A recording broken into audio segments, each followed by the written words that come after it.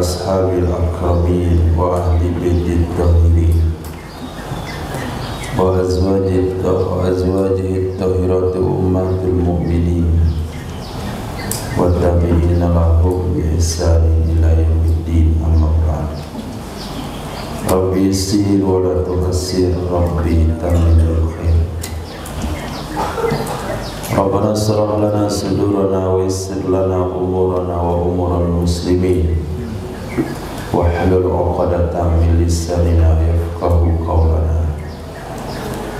بسندنا المتصل إلى الإمام الخاتمة الحفاظ الإمام جلال الدين السيوطي رحمه الله تعالى، وقدس الله سره وأدام النفع بعلومه وبركاته ونفحاته ومداته وكرامته في الدارين آمين. Hadis nomor 6608 dalam Musnad Imam Ahmad bin Hanbal dan Sahih Muslim serta Imam Abu Daud, Tirmizi dan Nasa'i. Karena ada ya Nabi sallallahu alaihi wasallam idza awa, apabila beliau mengambil tempat, ila firashihi, ke ranjangnya, ke tempat tidurnya, qala, beliau membaca doa berikut: Alhamdulillahilladzi at'amana. Segala puji bagi Allah Subhanahu wa ta'ala yang telah memberi makan kepada kita,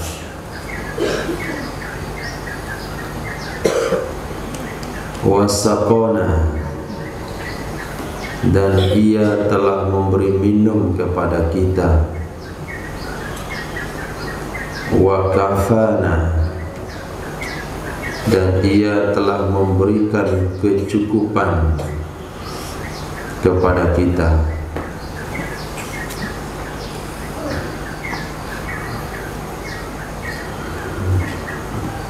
Al-Imam Abdul Rauf Al-Manawi menafsirkan kafana itu mencukupkan kita dari musuh, mencukupkan kita dari pengaruh atau tindakan jelek musuh. Itu mana kafah. Wa awana, dan yang telah memberi tempat kepada kita. Doanya sampai di situ. Kenapa di dalam doa tidur Nabi mengaitkannya dengan makanan dan minuman? Karena Nabi SAW pernah bersabda dalam riwayat yang lain, bi'sad daji al-jum', teman tidur yang paling jelek itu lapar. Maka orang yang kelaparan susah tidurnya. Dia baring, kemudian balik kiri, balik kanan, nggak bisa tertidur matanya karena cacingnya minta makan. Maka ketika kita diberikan kemudahan untuk tidur, itu erat hubungannya karena kita diberi makan dan minum. Sehingga Nabi ikut sertakan doa ini, makan dan minum, ke doa tidur. Karena tidur dan makan itu hubungan yang sangat erat sekali. Banyak makan, banyak tidur. Sedikit makan, sedikit tidur. Enggak makan-makan, enggak bisa tidur. Maka kesederhanaan dalam makan akan memudahkan kita untuk melakukan kesederhanaan dalam tidur. Nah,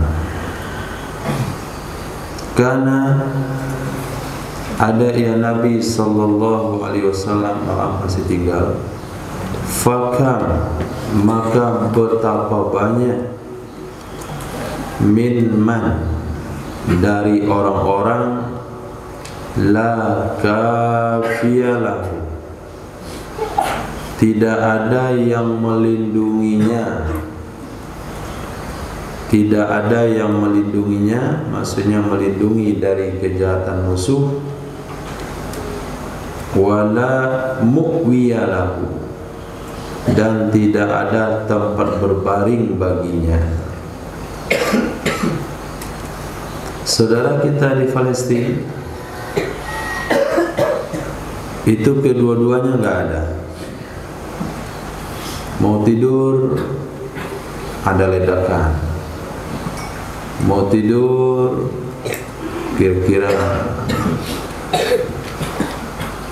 50 meter dari tempat dia tidur bangunan roboh kena bom. Mau tidur rumah sudah hancur. Maka perlu disyukuri kita tidur nggak ada bom, kita tidur tenang, bahkan bisa menikmati bunyi jangkrik di malam hari, saking tenangnya. Bisa menikmati nada-nada pengantar tidur dari kawan di sebelah, karena saking tenangnya.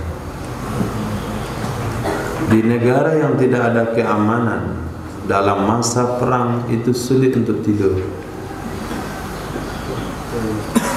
Kemudian mu'wiyah, juga banyak orang-orang yang tidak punya tempat tidur.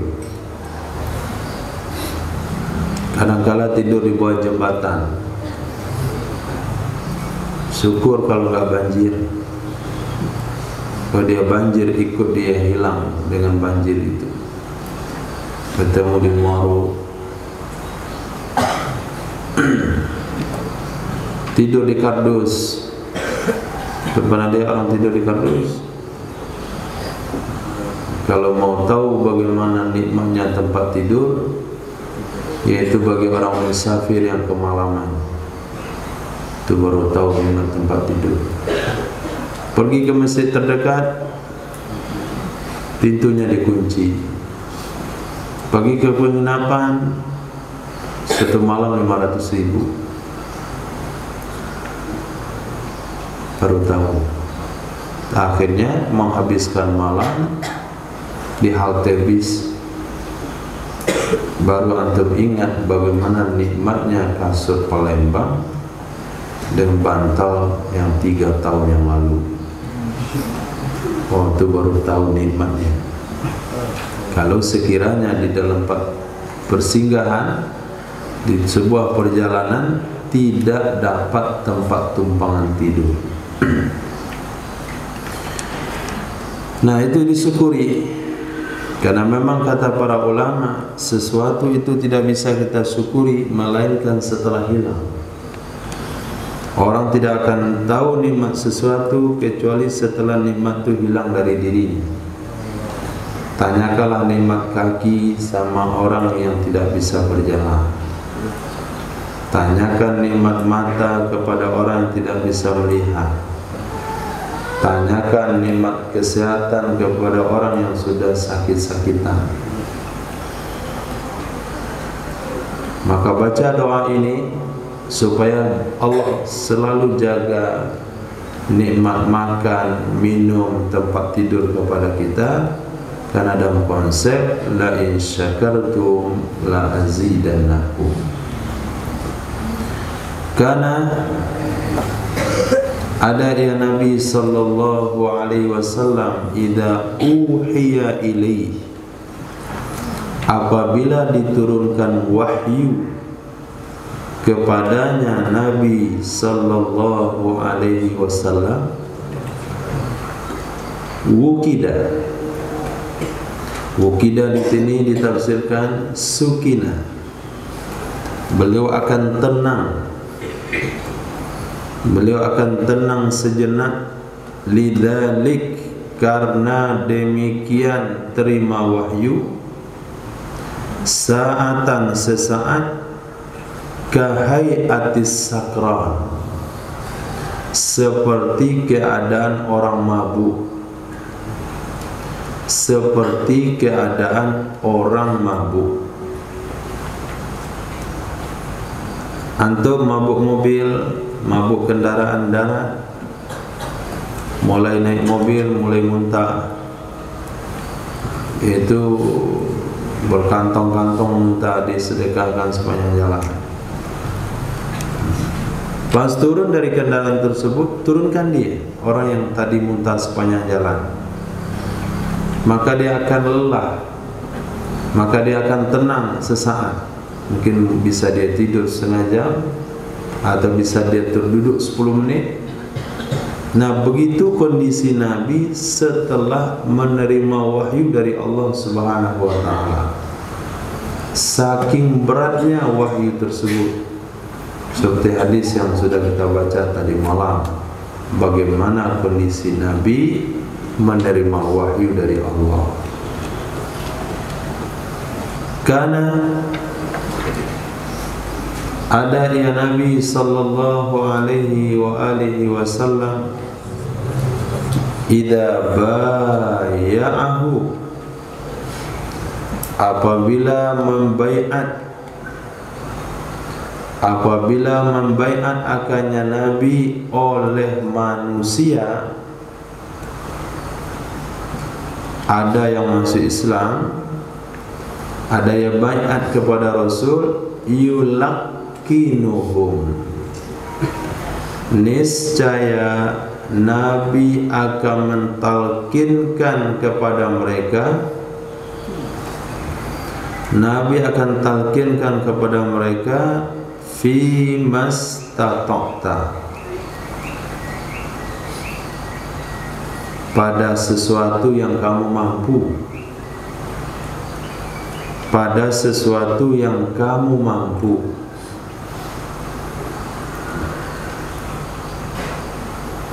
Jadi ada beberapa kalimat yang diikrarkan oleh orang-orang yang baru masuk Islam dengan berjabat tangan dengan Rasul sallallahu alaihi wasallam. Maka Nabi mentalkinkannya, menyampaikannya semampu orang itu, semampu orang yang baru masuk Islam tersebut. Bimastata'ta, semampu kamu. Apalagi kalau sampai mentalkinkan 2 kalimat syahadat kepada mu'alaf, kepada Cina yang masuk Islam. Nah, itu susah sekali.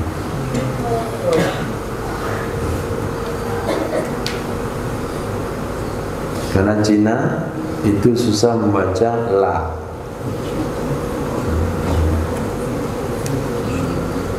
Karena mereka banyak makan bawang putih. Dibaca huruf la itu susah.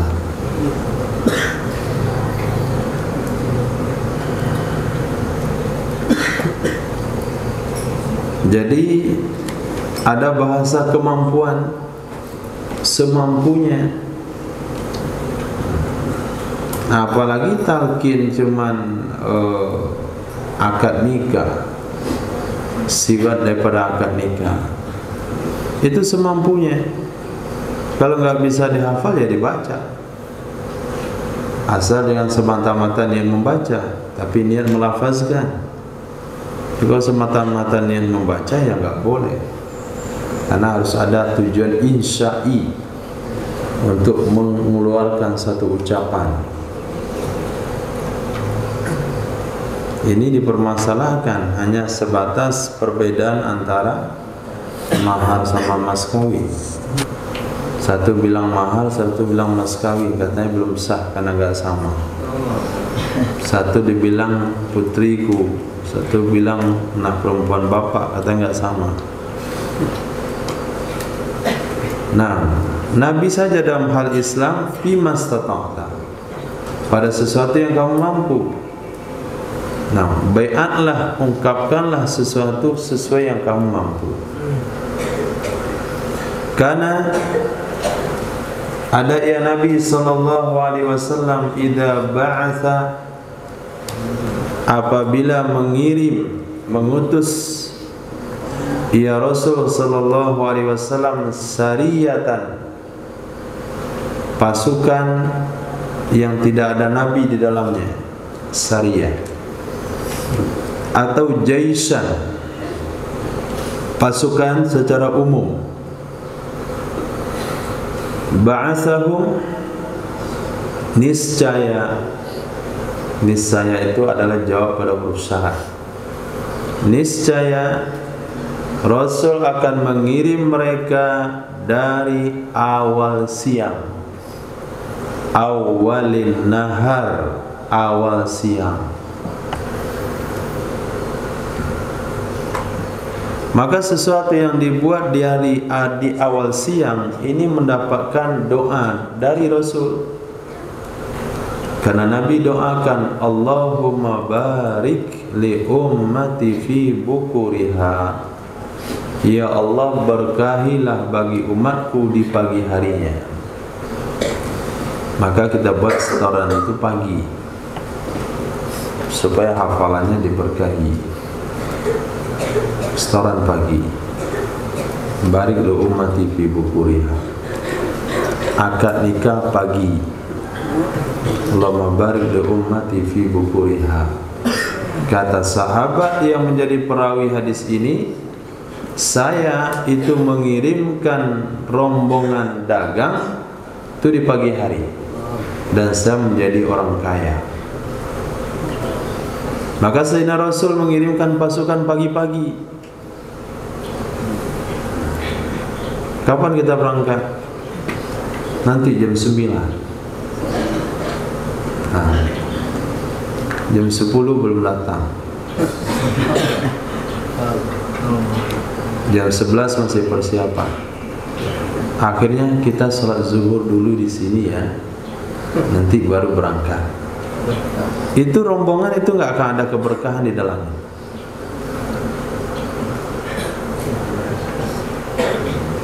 Nah, supaya rombongan itu ada keberkahannya, diberangkatkan pagi. Mengukur 4 bulan, 40 hari, 3 hari, 3,5 hari, 2,5 jam. Nah, 2,5 jam itu pagi. Lepas Isra baru 2,5 jam. Dan 2,5 jam zuhur. Saya setahun buat 2,5 jam di Halako, nggak ada hasilnya. Kapan Bapak buat? Pada zuhur. Iyalah, orang semua dikejar tempat kerja, ada di kantor, ada di sawah. Ada juga buat setengah jam jam 12 malam. Pagi-pagi. Nah, tuh banyak orang di rumah.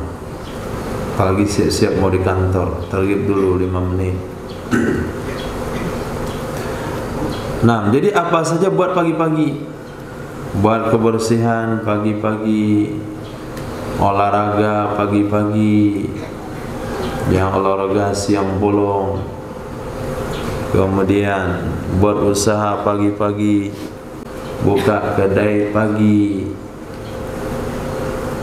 Bukan subuh ya, pagi. Pagi ini mana pada Isra dan subuh-subuh. Ada juga orang pergi ke pasar, azannya sedang bagi-bagi barang di pasar. Itu kepagian namanya. Nah, diantum dengan aktivitas apa saja, dengan masalah apa saja, itu mulainya di pagi hari. Karena ada ya Nabi sallallahu alaihi wasallam idza ba'atha, apabila mengirim ya Rasul sallallahu alaihi wasallam ahadan, akan seseorang,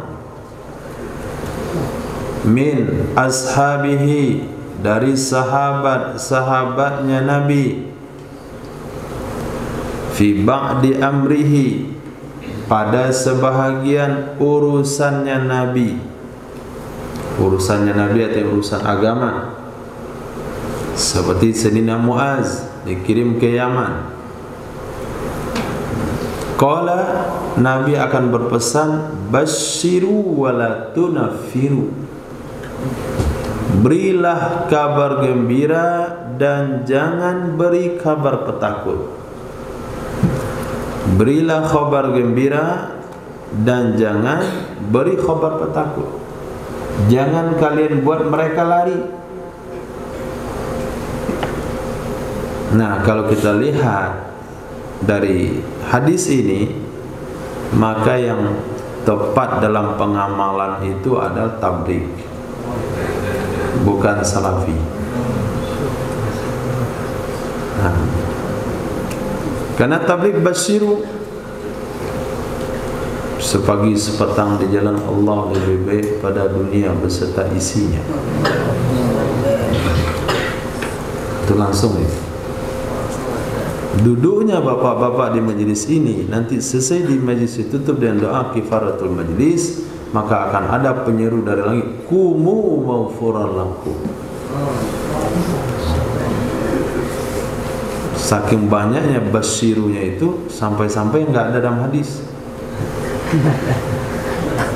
Berdirinya kalian sejenak di depan rumah saudara kalian itu lebih baik daripada berdiri di belakang makam Nabi Ibrahim di malam Lailatul Qadar.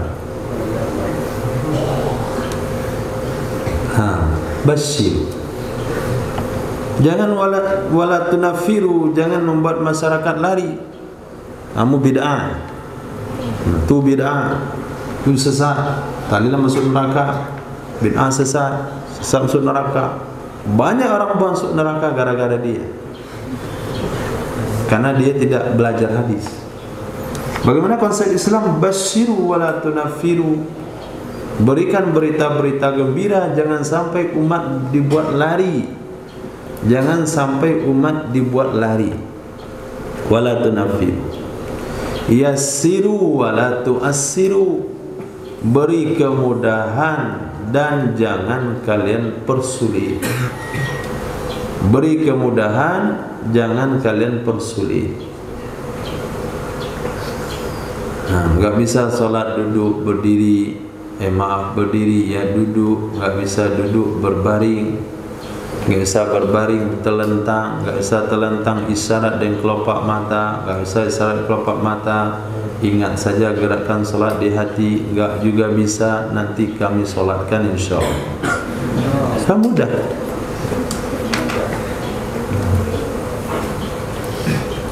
Nabi bersabda, selamatkan diri kalian walaupun hanya bersedekah dengan separuh dari satu butir kurma.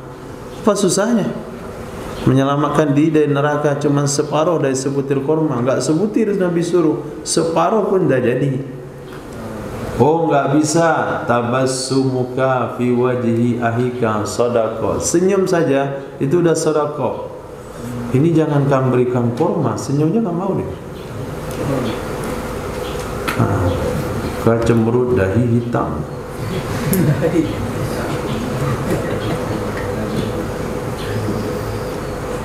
Nah, itu konsep Islam. Itu yang sesuai dengan sunnah. Berikan kabar gembira, jangan buat umat lari. Berikan kemudahan, jangan beri kesulitan. Karena ada ya Nabi sallallahu alaihi wasallam idza ba'atha amiran, apabila mengirim ya Nabi akan seorang amir, seorang gubernur. Amir pada saat itu artinya gubernur, memimpin satu wilayah, maka akan Nabi pesankan aksirul khutbah, ringkaskan khutbahmu. Ringkaskan khutbahmu. Solatnya yang lama, bukan khutbahnya yang panjang. Ini khutbah panjang, mulai pada benua Asia sampai benua Eropa. Mulai bicara daripada dasar bumi, minyak buminya, timahnya sampai ke luar angkasa. Mulai pada zaman Nabi Adam sampai zaman akhir zaman, semua diceritakan. Pas sholat bismillah kok nggak mau baca. Idza jaa nasrullahi wal fath. Itu nggak boleh, itu jadi khatib, antum gantiin.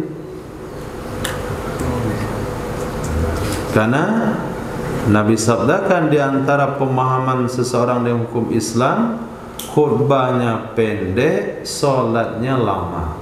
Itu yang paham dengan hukum. Nah, Nabi juga pesankan kepada Amir, karena setiap Amir yang dikirim itu dia akan menjadi imam sekaligus khatib. Jadi kalau dulu itu khatib itu nggak dijadwal dari mana-mana. Siapa amirnya, dia imamnya, dia khatibnya. Maka Amir Madinah pada saat itu adalah Yazid bin Muawiyah. Dia imam, dia khatib.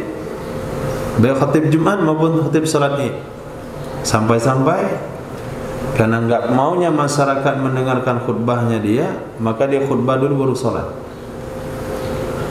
Salat Id, dia khutbah dulu baru salat. Dia imamnya. Begitu konsep. Kalau kita lihat dari pandangan demikian, berarti yang layak jadi pemimpin itu yang bisa imam, bisa khatib. Tapi kalau dia suruh jadi imam nggak pandai dia, itu nggak boleh jadi pemimpin. Nah, kalau datang sekiranya ke Mahat gubernur yang layak jadi imam, imam yang sudah diumumkan di cancel. Datang wali kota yang layak jadi imam. Kalau nggak pandai jangan maksakan diri, batal pula nanti jamaah makmum. Salat makmum batal gara-gara kamu ngimami. Nah, maka Nabi pesankan pada Amir, aksirul khutbah, pendekkan khutbah, wa akillal kalam, sedikitkan bicara. Sedikitkan bicara. Jadi pemimpin, amir, gubernur itu enggak boleh banyak bicara. Karena kalau banyak bicara, banyak janji. Banyak janji, banyak yang enggak bisa ditepati. Maka diharapkan, disunahkan di sini kepada pemimpin itu dianjurkan bicaranya sedikit sehingga rakyatnya merindukan kapan amirnya ini bicara. Karena ketika dia bicara langsung ada realisasinya. Ditunggu, nggak ada statement, nggak ada imbauan, nggak ada pernyataan. Ketika pas ada pernyataan, nah misalnya tidur gratis, yang memang gratis tidur di rumah masing-masing, ada buktinya langsung.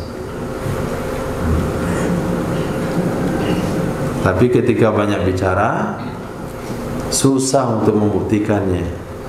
Banyak yang perlu untuk dibuktikan. Maka Nabi pesan kepada Amir itu dikit bicara. Karena orang dikit bicara itu lebih dihargai daripada orang yang banyak bicara. Fa inna minal kalami sihra. Maka sesungguhnya di antara bicara itu ada muatan sihir. Karena sesungguhnya dari antara kalam, dari antara bicara itu ada sihir. Sihir itu sesuatu yang bisa mengendalikan pemikiran. Itu mana sihir? Bisa mengendalikan pemikiran. Nah, seharusnya ini kan kertas. Tapi karena dia punya ilmu sihir, dikendalikan jadi uang. Akhirnya dia mau menggandakan uang. Kasih 100.000, digandakan oleh Pak Sihir jadi 1 juta. Nah, pas di rumah jadi daun kayu, pas di rumah jadi kertas. Tadi di situ nampak kayak uang, tapi sampai di rumah mereka yang asli diganti dengan kertas, dengan dedaunan. Tapi dirubah, dikendalikan pemikiran orang tersebut, itu uang. Akhirnya dianggap uang. nampaknya uang. Pagi belanja ke kedai PD juga dinyerahkan. Ini daun nih Pak, bukan uang. Nah, kalimat, kata-kata itu bisa mengendalikan pemikiran orang lain. Nah, orang yang punya kata-kata tersebut disebut dengan orator. Nah, yang kata-katanya bisa mengendalikan orang lain. Bung Tomo di Surabaya. Nah, Jenderal Sudirman itu babi runcing bisa mengalahkan senapan.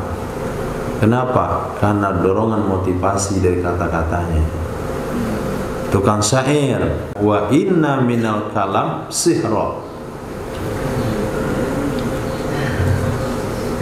Nah, ini harus dikuasai oleh para dai. Para dai.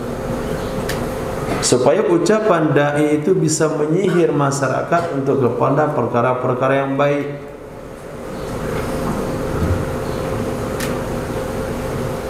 Mana caranya? Bukan pergi ke dukun. Akilul kalam. Caranya kurangi bicara, kurangi makan, kurangi tidur, banyak diam. Itu konsep yang diberikan oleh Luqmanul Hakim.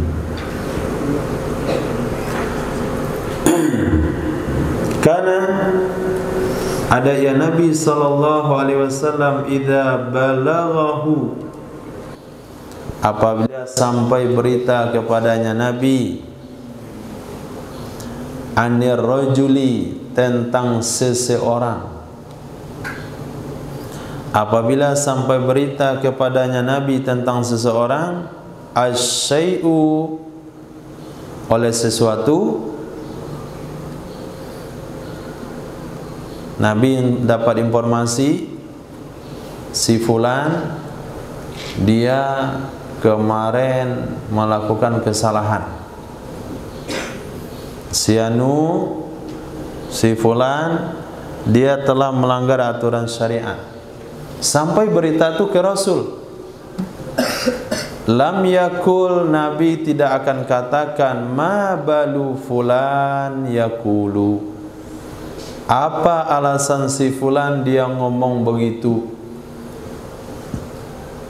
Walakin yakulu, akan tetapi Nabi akan katakan ma balu aqwamin, apa alasannya bagi beberapa kaum yakuluna kadza wa kadza, mereka mengatakan begini dan begini.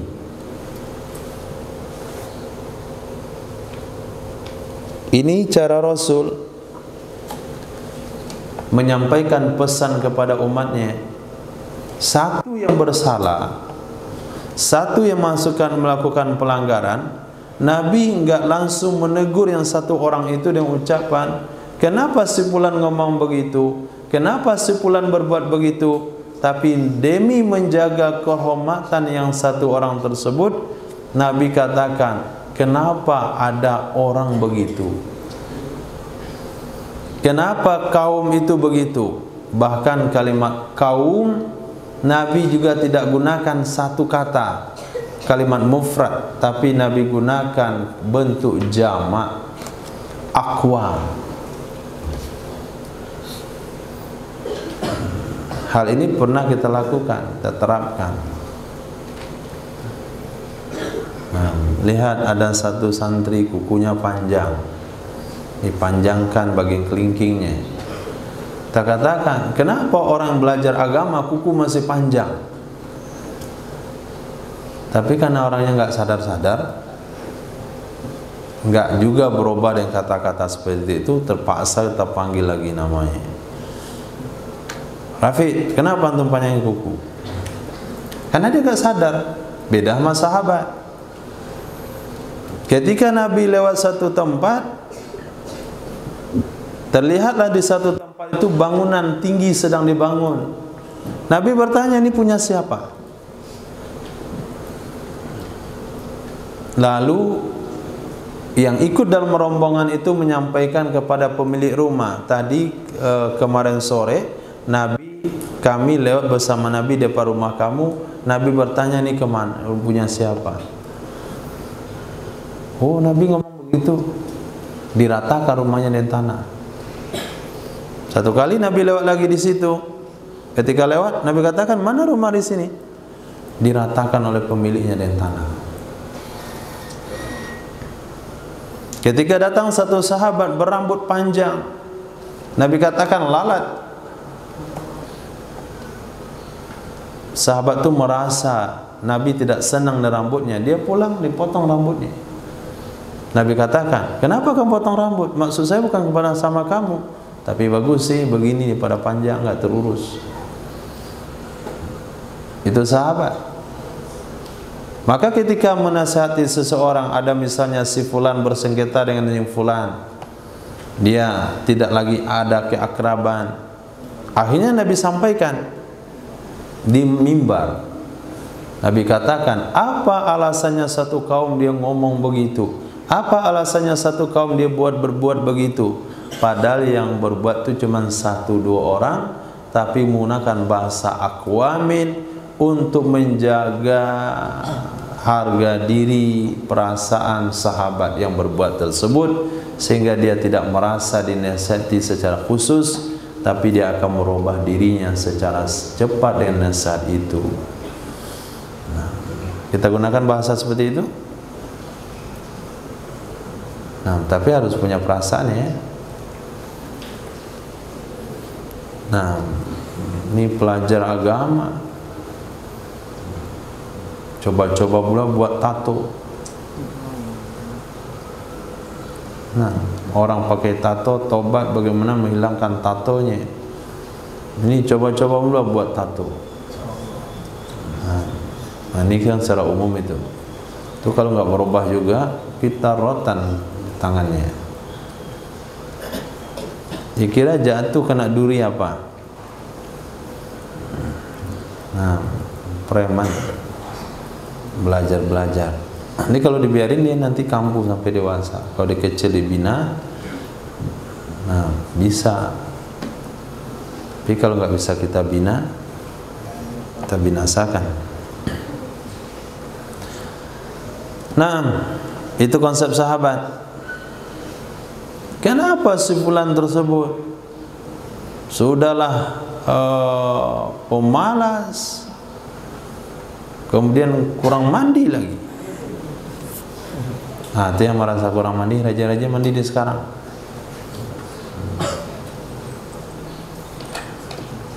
Kenapa si fulan tersebut selimutnya sejak mendaftar belum dicuci sampai sekarang?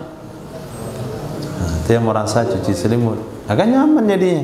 Kalau pakai konsep sahabat itu, dia gunakan secara umum, jadi orang merasa semuanya. Ini kan hari ini yang perasaan itu udah mulai hilang. Hayya 'alas shalah dipanggil, dia nggak merasa manusia, sehingga dia nggak datang karena nggak merasa manusia. Tetap aja dia dengan bawa itu imamnya itu. Naam, 'alaiha nahya wa 'alaiha namut wa insyaallah minal wa inna ma'ahu insyaallah minal mab'utsin. Tahu imamnya? Imam kan yang jalan di depan, pakai tali itu. Ini. Hayya 'alas shalah maghrib. Kita sama kan ada. Enggak merasa dia, enggak merasa manusia, enggak merasa terpanggil. Dia anjingnya. Ini Tuhan kita ini kok enggak ke masjid ya? Dia sama dengan kita.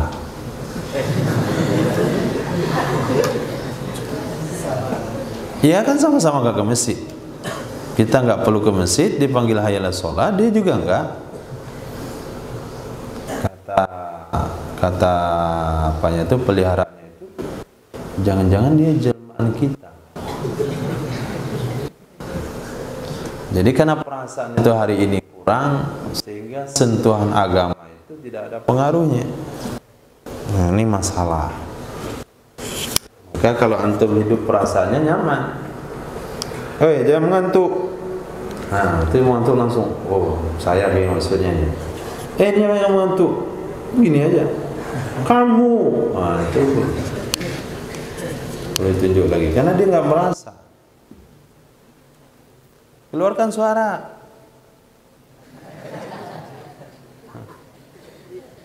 Tetap aja nggak keluar suaranya. Gerak kepalanya dikencangin. Yo, terpaksa kita tunjuk dia. Kamu maksudnya. Bukan yang lain. Dia lihat pula kawannya. Bukan kamu. Tuh masalahnya. Kalau konsepnya konsep sahabat, gampang kayak gini. Yang bersalah satu, Nabi umumin secara umum supaya kesalahan itu tidak terulang kepada yang lain. Yang kedua, yang bersalah tidak merasa dipojokkan.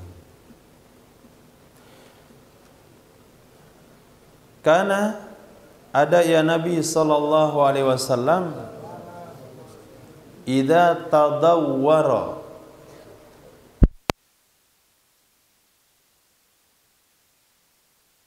apabila Nabi berbalik minal laili di malam hari. Memang kita sunnah berbalik di lambung kanan ke arah kiblat. Kan kadang-kadang berbalik juga capek, telentang kadang-kadang. Kadang nggak bisa telentang, balik lagi ke kiri. Kadang balik kiri, balik kanan, balik kiri, balik kanan. Nggak tidur juga. Hanya tertidur, nggak tahu dia kapan dia tidur. Kayak orang banyak masalah. Nah, ketika Nabi berbolak-balik ketika malam hari, apa doa yang Nabi baca? La ilaha illallahul wahidul qahhar Rabbus samawati wal ardi wa ma bainahuma al azizul ghaffar. Nah, ini untuk minggu depan. Karena antum saya lihat sering bolak-balik tidur mengikuti jarum jam. Tadi kepalanya ke kiblat, pagi subuh kakinya ada ke kiblat. Putar ini. Ikuti garis jam. Nah, ketika kita terbangun, mengganti posisi, balik ke kiri, balik ke kanan, balik kiri, balik ke kanan. Kadang-kadang karena kendala satu dan lain hal, nah, dia balik ke kanan, balik. Dah tumpah di sini. Nah, balik lagi ke sini. Tumpah pula di sini. Ayo ke tengah. Menggelut gak nih?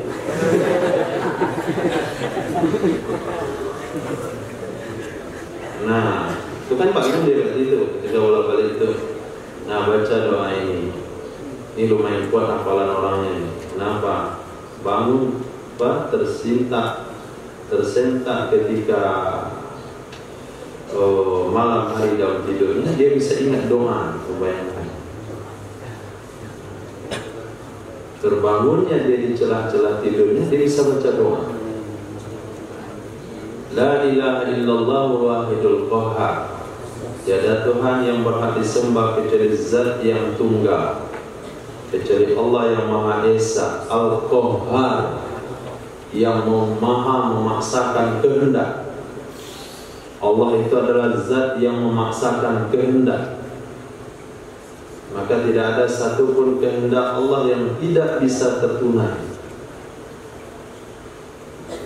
Rabbus samawati wal ardh, pemilik 7 lapis langit dan bumi. Wa ma bainahuma, pemilik apa saja di antara langit dan bumi. Al-Aziz, yang maha agung. Al-Ghaffar, yang maha pemurah.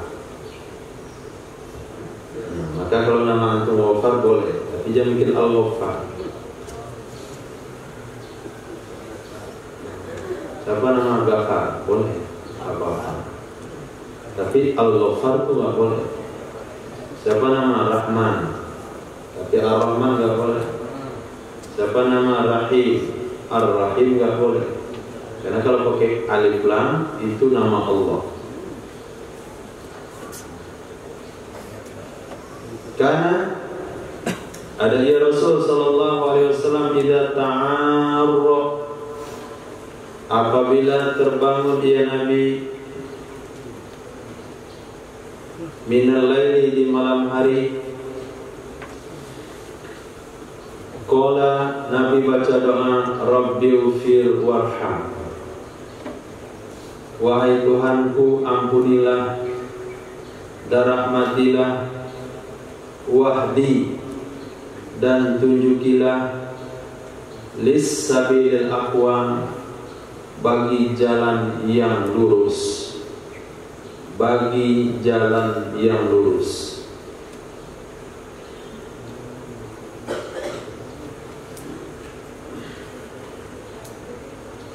Sesuatu yang menjadi beban pemikiran, itulah yang menjadi mimpinya seseorang.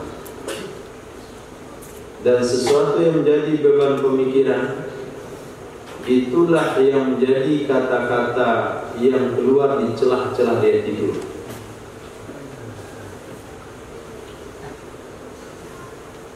Dengarin aja tuh kawan, dia kita bolak-balik kiri dan kanan, dia keluarin suara apa? Dengar. Ketahuan pemikir itu ya. Kok gitu? Antum ngomong tadi malam begitu.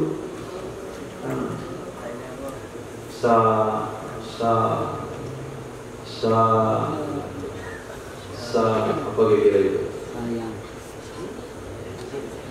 Aisyah.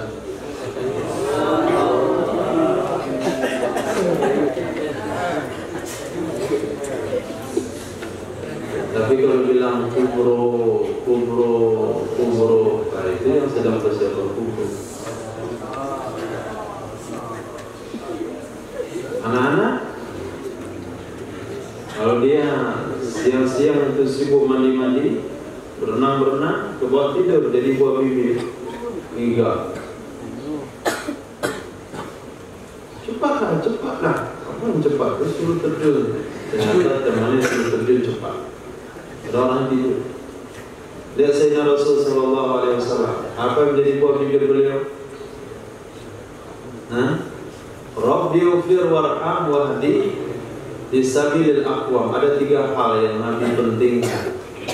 Pertama, maghfirah,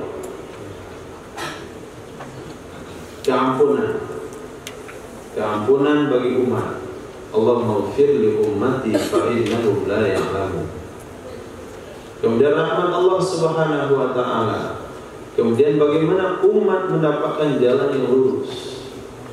Inilah yang menjadi beban pemikiran Sayyidina Rasul, dan itu menjadi buah bibir beliau ketika terjaga di celah-celah tidurnya. Kepala.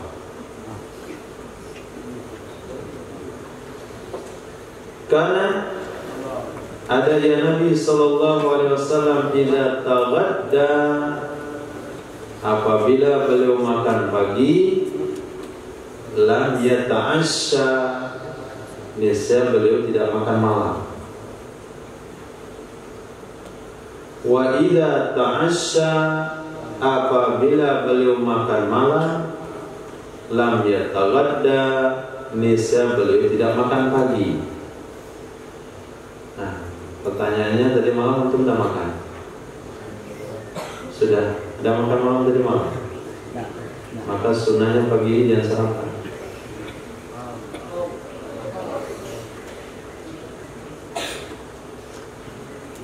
Kalau kita enggak makan pagi, makan siang, makan malam, cuci mulut, makanan pembuka, makanan santai, bahkan sudah tidur di bantal masih ada buah kue dalam selimut. Aneh, kok bangun tidur langsung ada sampah? Apakah orang ini melahirkan sampah? Oh, ternyata sambil tidur masih bisa makan.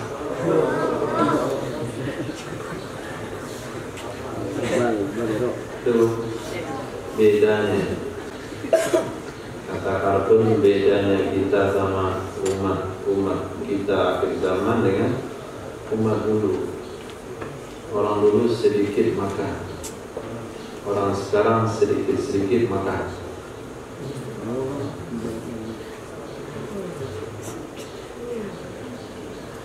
Nggak jauh bedanya, cuma sedikit. Sahabat sedikit makannya, kita sedikit-sedikit makan. Sahabat sedikit tidurnya, kita sedikit tidur. Sahabat tidur dikit, setelah tahajud mau subuh sempat tidur lagi dikit. Karena ada Nabi SAW bila takallama, apabila bicara Nabi SAW di kalimatin, dengan satu kalimat, a'adaha, niscaya mengulangi Nabi akannya kalimat tersebut salasan 3 kali. Nabi mengulangi kalimat tersebut 3 kali. Hatta tufhama anhu, sehingga dipahami kalimat darinya Nabi. Sehingga dipahami kalimat darinya Nabi. Wa idza ata ala qaumin, apabila mendatangi Nabi akan satu kaum, wasallama alaihim, maka memberi salam Nabi kepada mereka,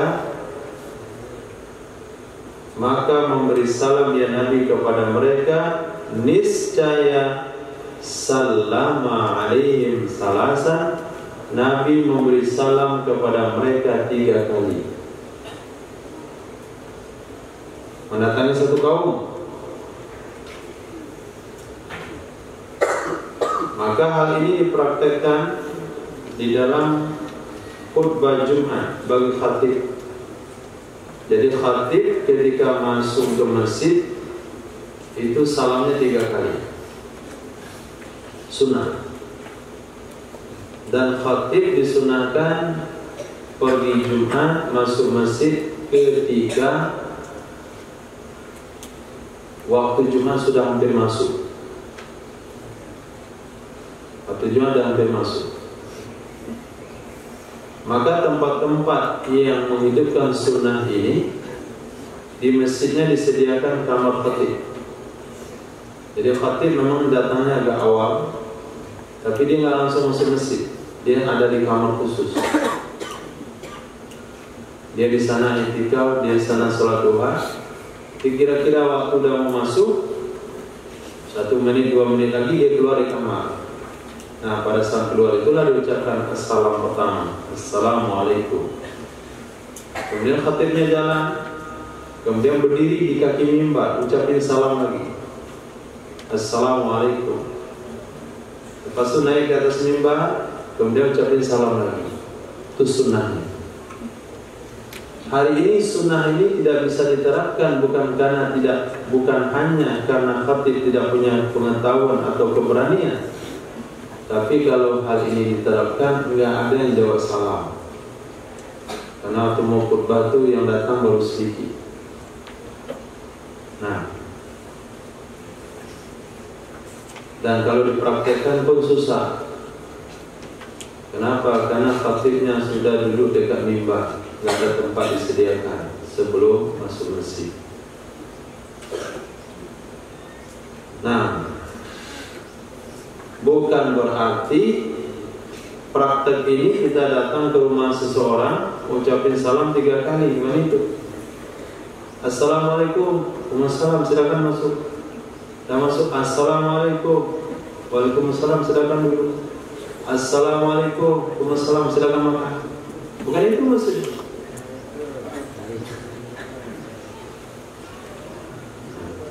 Dan kalau sekiranya penceramah mengucapkan salam 3 kali karena salamnya tidak dijawab dengan semangat, itu juga bisa didasari dengan di sini. Salam, dikit yang jawab, kurang semangat kayaknya. Salam, Oh, alhamdulillah, tapi masih ada yang belum jawab. Ulang 3 kali. Boleh, ada dalilnya. Tapi kalau dari awal dan semangat jawabnya nggak usah diulang.